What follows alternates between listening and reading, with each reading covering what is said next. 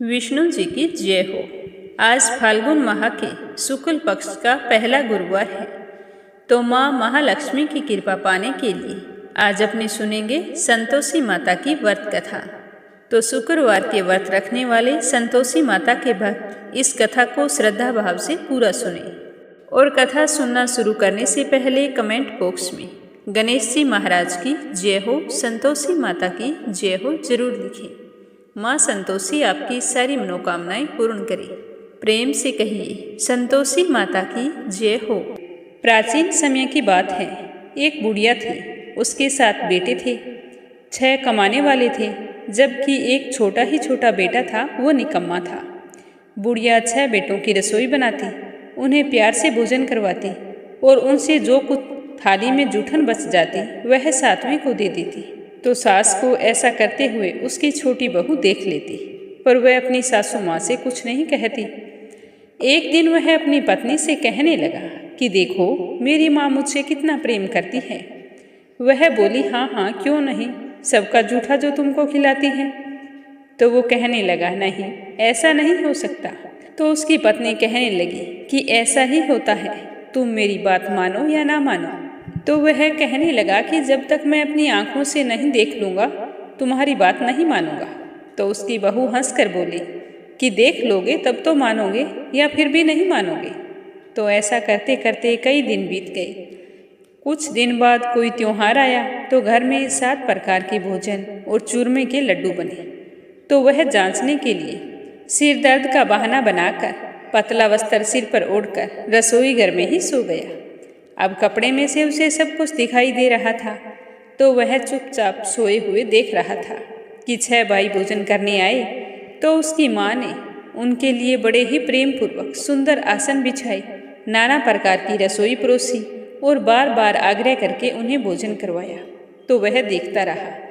6 भाई भोजन करके चले गए तो माँ ने उनकी जूठी थालियों में से लड्डुओं के टुकड़े उठाकर एक बड़ा सारा लड्डू बनाया और जूठन साफ करके अपने छोटे बेटे को पुकारा कि बेटा तेरे सारे भाई भोजन करके चले गए हैं और तुम भूखा ही सो रहा है, भोजन कर ले। भोजन कर लेगा तो तेरे सर का दर्द कम हो जाएगा। तो उसे यह देखकर बहुत ही दुख हुआ। वह कहने लगा कि माँ मुझे भोजन नहीं करना, मैं परदेश जा रहा हूँ। तो उसकी माँ ने पूछा नहीं कि बेटा तू ऐसा क्यों बोल रहा है। माँ तो बोली कि कल जाता आज ही चला जा। तो वो बोला कि हाँ आज और अभी जा रहा हूँ। यह कहकर वो घर से बाहर निकल गया। चलते समय उसे अपनी पत्नी की याद आई, तो वह गौशाला में कंडे थाप रही थी। तो वह वहाँ जाकर बोला कि हम जावें परदेश को, आवेंगे कुछ काल, तुम रहियो संतोष से धर्म अपनो पाल। तो उसकी पत्नी कहने लगी कि जाओ पिया आनंद से, हमारी सोच हटाए, राम भरोसे हम रहें, ईश्वर तुम्हें सहाय। 2 निशानी आपने देख धरूं मैं धीर, सुधीमती हमारी बिसारियो रखियो मन गंभीर। तो वह बोला कि प्रिय मेरे पास तो कुछ भी नहीं है, यह एक अंगूठी है, ये ले लो और मुझे भी कोई निशानी के तौर पर कुछ दे दो। तो उसकी पत्नी कहने लगी कि स्वामी मेरे पास क्या है, मेरे पास तो यह गोबर भरा हाथ है। यह कहकर उसने अपने पति की पीठ पर गोबर के हाथ की थाप लगा दी। उसका पति वहाँ से चल दिया और चलते चलते दूसरे देश जा पहुँचा। वहाँ एक साहूकार की दुकान थी। वह वहाँ जाकर कहने लगा कि भाई मुझे नौकरी पर रख लो। तो साहूकार को नौकर की ज़रूरत थी। वह बोला रह जाओ। तो उस लड़के ने पूछा कि तनख्वाह क्या दोगे। तो साहूकार ने कहा कि काम देखकर दाम मिलेंगे। अब साहूकार की नौकरी मिल गई। वह सुबह 7 बजे से 10 बजे तक नौकरी पर जाने लगा। कुछ ही दिनों में दुकान का सारा लेन देन, हिसाब किताब, ग्राहकों को माल बेचना, सारा काम संभालने लगा। तो साहूकार के 7-8 नौकर थे, वे तो सारे चक्कर खाने लगे। कहने लगे ये तो बड़ा होशियार है। तो सेठ ने भी देखा कि नया नौकर बहुत ज़्यादा काम करता है और तेज़ दिमाग वाला है। तो सेठ ने उसे 3 महीने में आधे मुनाफे का हिस्सेदार बना लिया। वह कुछ ही वर्ष में नामी सेठ बन गया। तो मालिक सारा कारोबार उस पर छोड़कर तीर्थ यात्रा पर चला गया और पीछे उसके गांव में उसकी पत्नी को सास ससुर दुख देने लगे। सारी गृहस्थी का काम उसी से करवाते और लकड़ी लेने के लिए जंगल में भेज देते। सारा दिन बेचारी पहले घर का काम करती, फिर लकड़ियाँ बीनने के लिए जंगल में जाती। जब घर आती तो आटे से जो भूसी निकलती है उसकी रोटी बनाकर रख दी जाती और फूटे हुए नारियल की नरेली में पानी डाल देती। तो बेचारी भूख के मारे वही रूखा सूखा खाकर अपना जीवन यापन कर रही थी। मन ही मन वो बड़ी ही दुखी रहती थी। एक दिन वह जंगल लकड़ी लेने के लिए जा रही थी तो रास्ते में बहुत सारी महिलाएं संतोषी माता का व्रत करती हुई दिखाई दी। तो वह भी वहां पर खड़ी होकर कथा सुनने लगी और पूछा कि बहनों, तुम किस देवता का व्रत करती हो और उसके करने से क्या फल मिलता है? यदि तुम इस व्रत का विधान मुझे समझा कर कहोगे तो मैं तुम्हारा बड़ा एहसान मानूंगी। तब उनमें से एक स्त्री बोली कि सुनो बहन, यह संतोषी माता का व्रत है। इस व्रत को करने से गरीबी और दरिद्रता का नाश होता है और मन में जो कोई कामना हो वो पूर्ण होती है। संतोषी माता अपने भक्तों की सारी मनोकामनाएं पूर्ण करती है। तो वह कहने लगी कि बहनों, मुझे भी इस व्रत की विधि बताओ। तो उनमें से एक बूढ़ी स्त्री बोली कि बेटा, 1.25 आने का गुड़ चना ले लेना, इच्छा हो तो 5.25 आने का ले लेना या 1.25 रुपये का अपनी सहूलियत के अनुसार ले लेना, बिना परेशानी और पूरी श्रद्धा भाव प्रेम से जितना भी बन सके सवाया लेना। प्रत्येक शुक्रवार को निराहार रहकर कथा सुनना, इसका बीच में कर्म ना टूटे इस बात का ध्यान रखना। व्रत के लगातार नियम का पालन करना। सुनने वाला और कोई ना मिले तो घी का दीपक जलाकर उसके आगे बैठकर जल का पात्र सामने रखें और कथा कह लेना। और जब तक कार्य सिद्ध ना हो तो व्रत करते रहना और कार्य सिद्ध हो जाने पर व्रत का उद्यापन कर देना। 3 महीनों में संतोषी माता मनोकामना पूर्ण कर देती है। यदि किसी के ग्रह खोटे हों तो भी साल भर में माता कार्य सिद्ध करती है। फल सिद्ध होने पर उद्यापन करना चाहिए, बीच में नहीं। उद्यापन में 2.5 सेर आटे का खाजा, इसी परिणाम से खीर तथा चने का साग बनाना, 8 लड़कों को भोजन कराना, जहाँ तक मिले देवर जेठ भाई बंधु के बच्चों को लेना, अगर ना मिले तो अड़ोस पड़ोस के या ब्राह्मण के बच्चे बुला लेना, उन्हें भोजन करवाकर यथाशक्ति दक्षिणा देकर माता का नियम पूरा करना। पर ध्यान रखना कि उस दिन घर में कोई भी खटाई ना खाए। तो यह सुनकर बुढ़िया के लड़के की बहू चल दी। उसने मन ही मन प्रण किया कि मैं इस व्रत को जरूर करूंगी और लकड़ियां काटकर जंगल से ले आई। लकड़ी बेचकर उन पैसों से गुड़ और चना लेकर माता के व्रत की तैयारी करके आगे चली।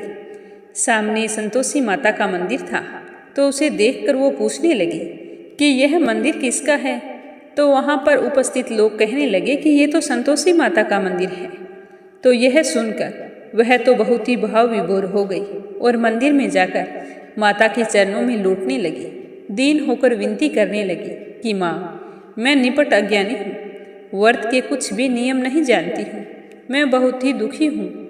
हे माता जगत जननी, मेरा दुख दूर करो, मैं तेरी शरण में हूँ। तो माता को दया आ गई। एक शुक्रवार बीता था कि दूसरे शुक्रवार को उसके पति का पत्र आ गया और तीसरे शुक्रवार को उसका भेजा हुआ रुपया आ गया। तो यह देखकर जेठ जेठानी मुंह बनाने लगी। जेठ के बच्चे कहने लगे कि काकी के पास अब पत्थर आने लगे हैं, रुपया आने लगा है, अब तो काकी की खातिर बढ़ेगी। तो वो बेचारी सरलता से कहती कि भैया कागज आवे रुपया आवे तो हम सब के लिए अच्छा है। ऐसा कहकर वो आंखों में आंसू भरकर संतोषी माता के मंदिर में जाकर मातेश्वरी के चरणों में गिरकर रोने लगी और कहने लगी कि माँ, मैंने आपसे कब रुपया मांगा, मुझे पैसे से क्या काम है, मुझे तो अपने सुहाग से काम है, मैं तो अपने स्वामी के दर्शन मांगती हूँ।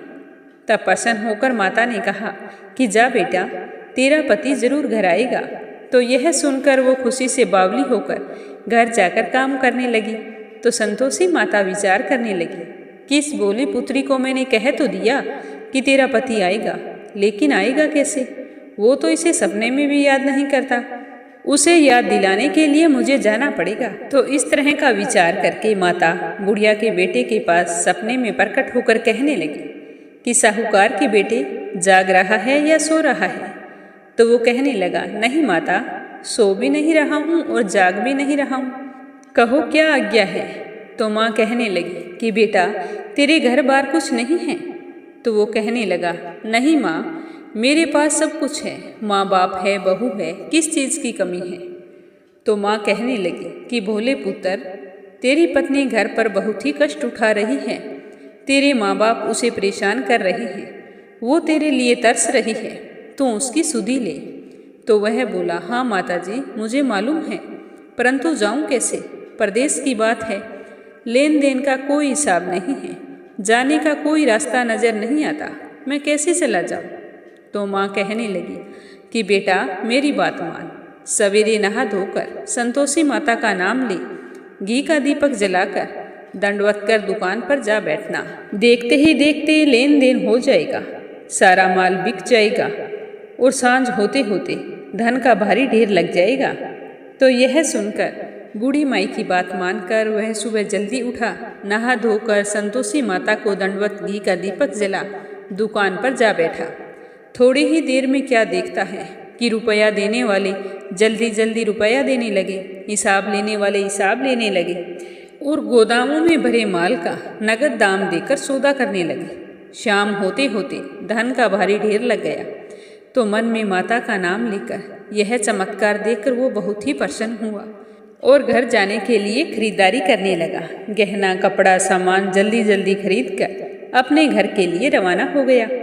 उसी दिन उसकी पत्नी जंगल में लकड़ी लेने के लिए जाती है, तो लौटते वक्त वो माताजी के मंदिर में विश्राम करती है। वह तो उसके प्रतिदिन रुकने का स्थान था। धूल उड़ती हुई देखकर वह माता से पूछती है कि हे माता, यह धूल कैसे उड़ रही है? तो माँ कहती है कि हे पुत्री, तेरा पति घर आ रहा है, अब तू ऐसा कर, लकड़ियों के 3 बोझे बना ले, एक नदी के किनारे रख, दूसरा मेरे मंदिर पर, वह तीसरा अपने सर पर रख ले। तेरे पति को लकड़ियों का गट्ठर देखकर मोह पैदा होगा, वो यहाँ पर रुकेगा, नाश्ता पानी खाकर माँ से मिलने जाएगा।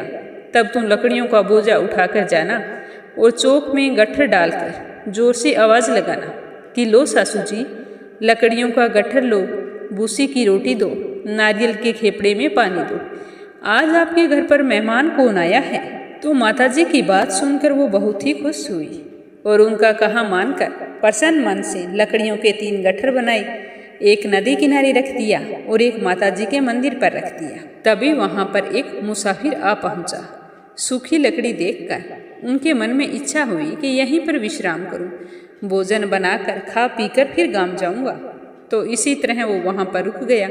भोजन बनाकर विश्राम करके शाम को घर गया, सबसे प्रेम से मिला और घर के आंगन में बैठा था।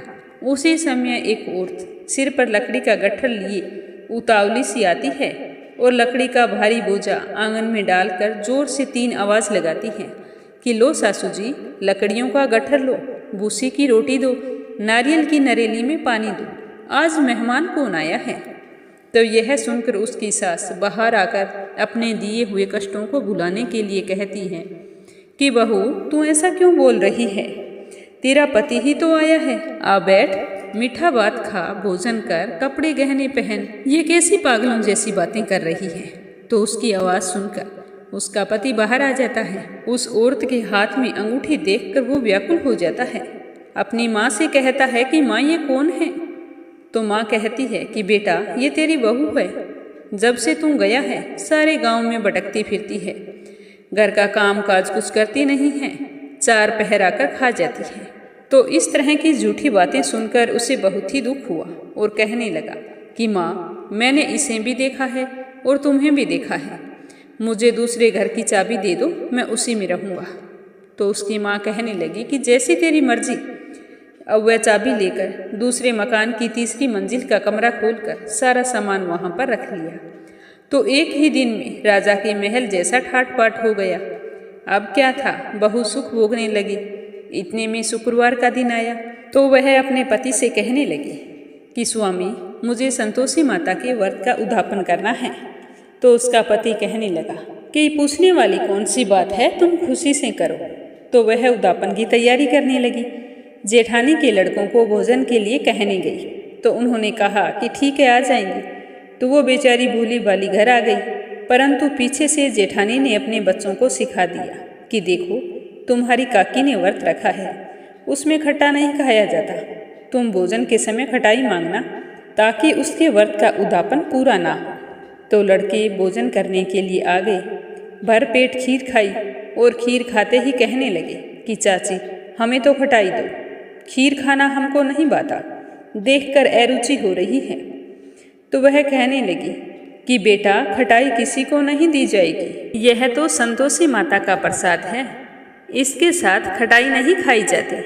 तो लड़के जल्दी से खड़े हो गए और कहने लगे कि खटाई तो ना दो, चलो पैसे दे दो। तो उस बेचारी को पता नहीं था, उसने पैसे दे दिए। तो बच्चे पैसे लेकर दुकान पर चले गए और वहाँ से इमली खरीद कर ले आए और अपनी काकी के सामने लाकर खाने लगे। तो यह देखकर संतोषी माता नाराज हो गई और बहू पर कोप किया। तभी राजा के दूत उसके पति को पकड़ कर ले गए। तो जेठ जेठानी मनमाने वचन कहने लगे कि लूट लाट कर धन लाया था, अब सब मालूम पड़ जाएगा जब जेल की मार खाएगा। तो बहू से ये वचन सहन नहीं हुए और वो रोती हुई माताजी के मंदिर गई और कहने लगी कि हे माता ये क्या किया, हंसा कर रुला दिया। तो माता कहने लगी कि बेटी तूने उद्यापन करके मेरा व्रत भंग किया है। तो वह कहने लगी कि माँ मैंने कोई अपराध नहीं किया, मैंने तो भूल से बच्चों को पैसे दे दिए थे, मुझे क्या पता था कि वो इमली लाकर खा लेंगे, मेरा अपराध क्षमा करो माँ, मैं फिर से तुम्हारा उद्यापन करूँगी। तो माँ कहने लगी कि भोली बेटी अब की बार भूल मत करना।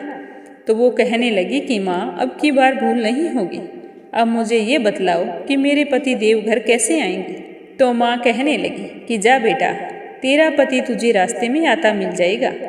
तो वह माँ का धन्यवाद करती हुई वहाँ से चल पड़ी। तो रास्ते में उसका पति आता हुआ दिखाई दिया।